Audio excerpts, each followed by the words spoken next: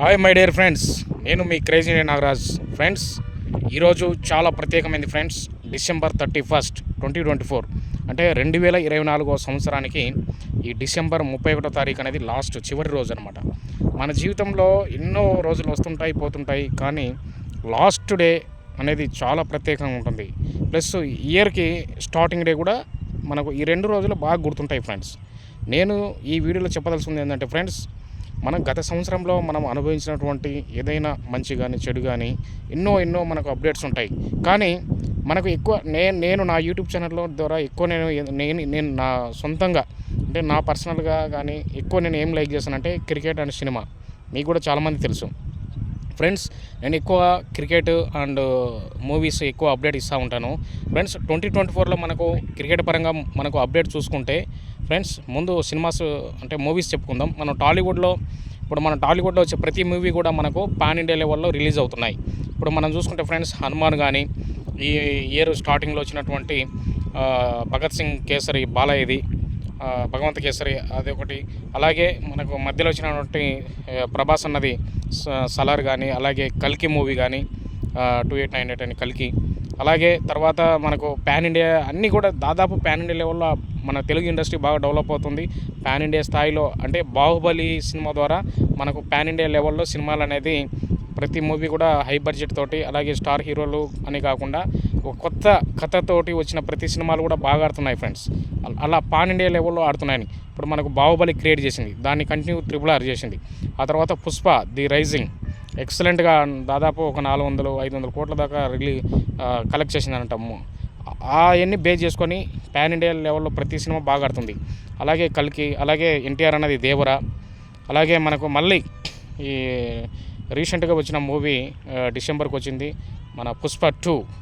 ఎవరు తగ్గేదిలే, రికార్డులు కొల్లగొడుతుంది మనకు బాలీవుడ్లో కానీ టాలీవుడ్లో కానీ అన్ని భాషల్లో పాన్ ఇండియా లెవెల్లో అత్యధిక కలెక్షన్లో పుష్ప మన బాహుబలి దంగల్ తర్వాత మళ్ళీ పుష్ప 2 అనేది ఇప్పుడు ప్రజెంట్ ఇంకా రన్నింగ్లో ఉంది ఫ్రెండ్స్. అట్లా మూవీస్ పరంగా అలా చూసుకోవచ్చు. అలాగే ఫ్రెండ్స్, క్రికెట్ పరంగా చూసుకుంటే ఎవర్ గ్రీన్ అనమాట. మన క్రికెట్ అనేది మనము అసలు ప్రతి ఒక్కరూ లైక్ చేస్తారు క్రికెట్ అప్డేట్ చూసుకుంటే ఈ ఇయర్ మనకు మెమరబుల్ డేగా మనకు మిగిలిపోతుంది. ఎందుకంటే మనకు 2024 T20 వరల్డ్ కప్ అనేది మనకు ఇండియాకు రావడం జరిగింది. చాలా హ్యాపీ అనమాట. కానీ ఫ్రెండ్స్, నేను ఎందుకు అప్డేట్ ఇవ్వలేదంటే ఇండియా T20 వరల్డ్ కప్ గెలిచినా కూడా నాకు అంత సాటిస్ఫాక్షన్ లేదు ఫ్రెండ్స్. ఎందుకంటే ఆపోజిట్ ఆస్ట్రేలియానో, పాకిస్తానో, ఇంగ్లాండ్ ఏ దేశమైనా కూడా నేను చాలా హ్యాపీగా వీడియో చేసేవాడిని. ఎందుకంటే సౌత్ ఆఫ్రికాకు ఒక్క వరల్డ్ కప్ లేదు ఫ్రెండ్స్. కానీ అగ్రెషన్ లెజెండరీ జెట్ అనమాట. ఆటగాళ్ళు కూడా చాలా మంచి వాళ్ళు, చాలా పాజిటివ్ పర్సన్స్.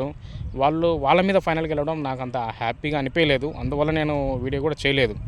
కానీ ఏదేమైనా ఇండియాకి మళ్ళీ 2024లో చాలా రోజుల తర్వాత ICC ట్రోఫీ లేదు 10 years తర్వాత అని బాధపడుతున్న క్రమంలో 2013 తర్వాత ఛాంపియన్స్ ట్రోఫీ ధోని హయాంలో తర్వాత మళ్ళీ మనకు T20 వరల్డ్ కప్ అనేది రావడం చాలా హ్యాపీగా ఫీల్ అయ్యాను నేను. అదే టైం సేమ్ బాధ అనిపించింది సౌత్ ఆఫ్రికా ఓడిపోవడం. సౌత్ ఆఫ్రికా ఒక్కసారిని గెలవాలని కోరుకుని నేను కూడా అది ఒక 2 విధాలుగా పాజిటివ్ నెగిటివ్ 2 విధాలుగా అనిపించింది. అలాగే నా birthday friends June 9 India Pakistan మీద కూడా గెలిచింది. అది నా లైఫ్లో మెమరబుల్ డేగా నాకు మిగిలిపోతుంది. చాలా హ్యాపీ. కానీ అయినా కూడా నాకు ఈ T20 world cup 2023 world cup final ఓడిపోయిన తర్వాత నాకు అంతా అనిపించలేదు. కానీ ఏదేమైనా కూడా పాకిస్తాన్ మీద అది June 9 ఇండియా గెలవడం చాలా హ్యాపీ. అలాగే ఆ వరల్డ్ కప్ అంతరం మన కుర్రోళ్ళు చాలా బాగా ఆడారు.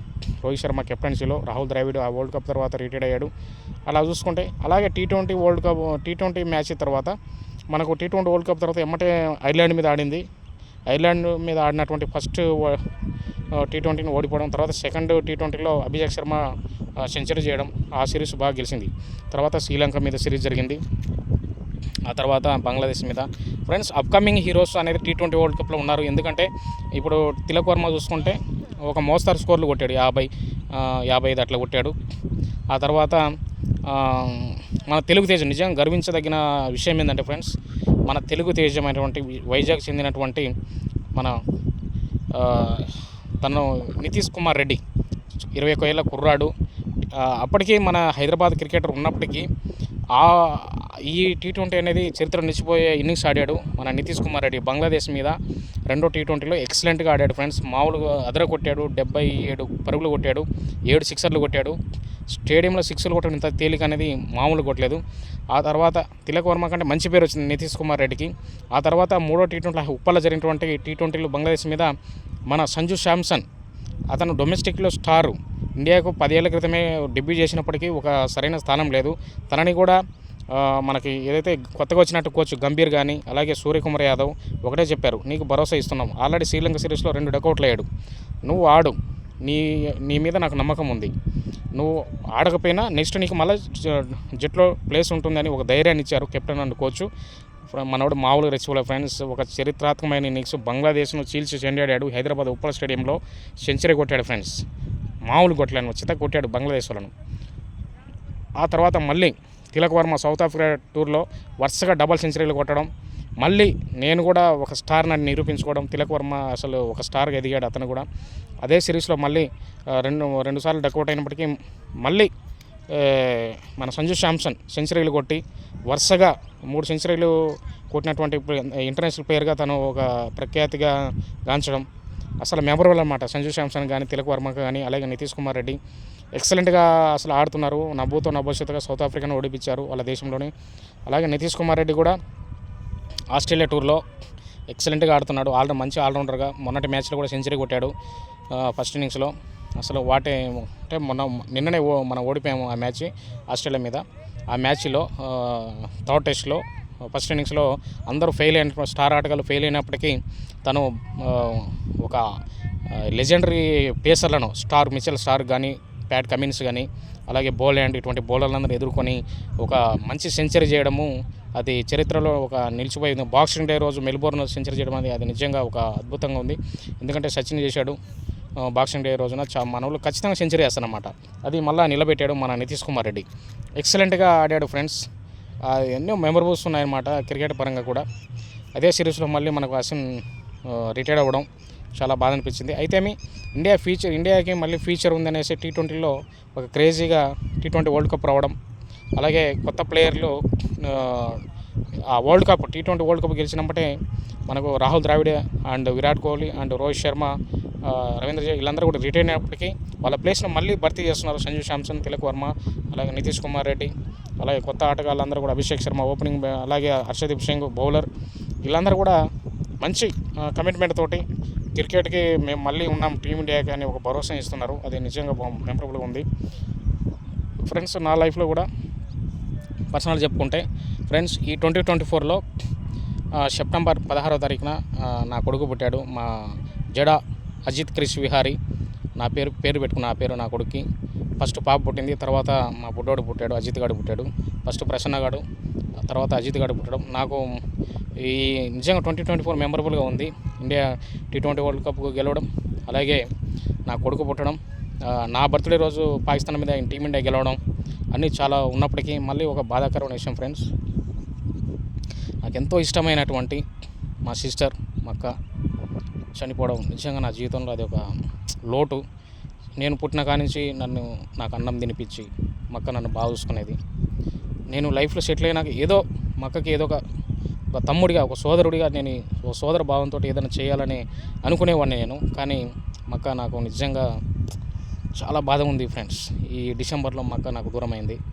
అది చాలా బాధ అనిపిస్తుంది. అది ఎవరు తీర్చలేని లోటు అది. మక్క నన్ను చిన్నప్పటి నుంచి నన్ను ఎత్తుకొని నాకు గోరు ముద్దలు తినిపించి నన్ను ఎంతో ఒక తల్లిలాగా చూసుకున్నది. మక్కకు నేనంటే ఎంతో ఇష్టం. మక్కకు నేనేం చేయలేకపోయాననే బాధ నాకు వెంటాడుతూనే ఉంటుంది. దేవుడు నన్ను మంచిగా చూస్తే కనీసం మక్క ప్రతిరూపాలకన్నా నేను ఏదో ఒక అండగా ఉండాలని నేను నిజంగా మనస్ఫూర్తి కోరుకుంటున్నాను. నిజంగా గాడ్, నువ్వే మాకు కుటుంబానికి నువ్వు బలంగా ఉండాయా, వాళ్ళ కుటుంబాన్ని కూడా గట్టిగా ఉండి వాళ్ళ పిల్లల్ని ఆశీర్వదించు ఫ్రెండ్స్. ఈ విధంగా చూసుకుంటే ఫ్రెండ్స్ 2024లో ఎంతో హ్యాపీ మూమెంట్స్ ఉన్నాయి, అలాగే విషాదకరమైనవి కూడా ఉన్నాయి ఫ్రెండ్స్. నిజంగా అంటే ఫ్రెండ్స్, జీవితంలో రోజులని మంచి రోజులు ఉంటాయి, చెడు రోజులు ఉంటాయి. మంచి రోజులు ఉన్నప్పుడు ఆనందపడడం, చెడు రోజులు వచ్చినప్పుడు బాధపడకూడదు. ఇదంతా జీవితంలో భాగం అనుకోవాలా. ఈ ప్రపంచంలో ఎవరు ఫ్రెండ్స్, ఈ ప్రపంచం అనేది, ఈ లోకం అనేది శాశ్వతం కాదు.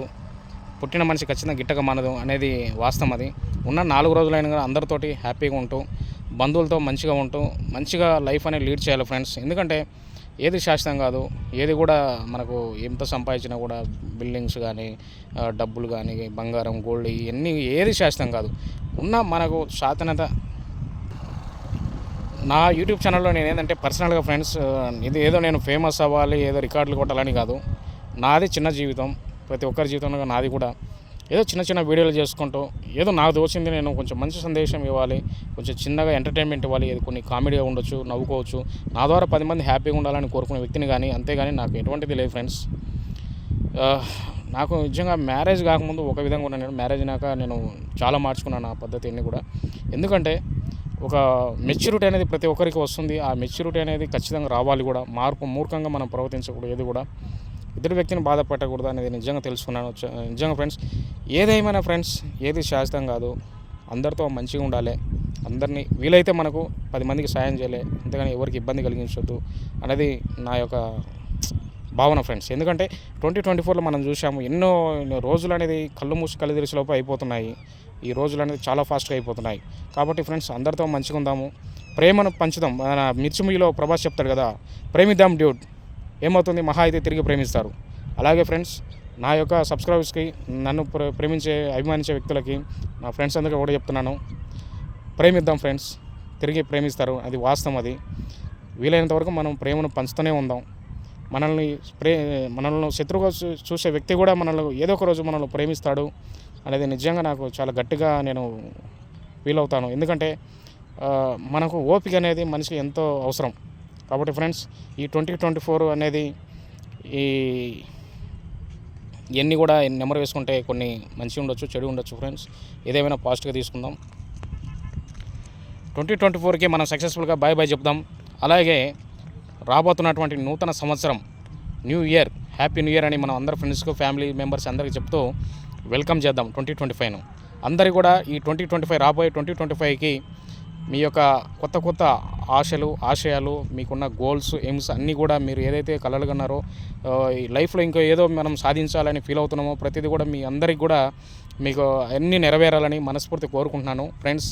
మీకు అలాగే మీ అందరికీ, మీ ఫ్యామిలీ మెంబర్స్ అందరికీ కూడా advanced happy new year friends.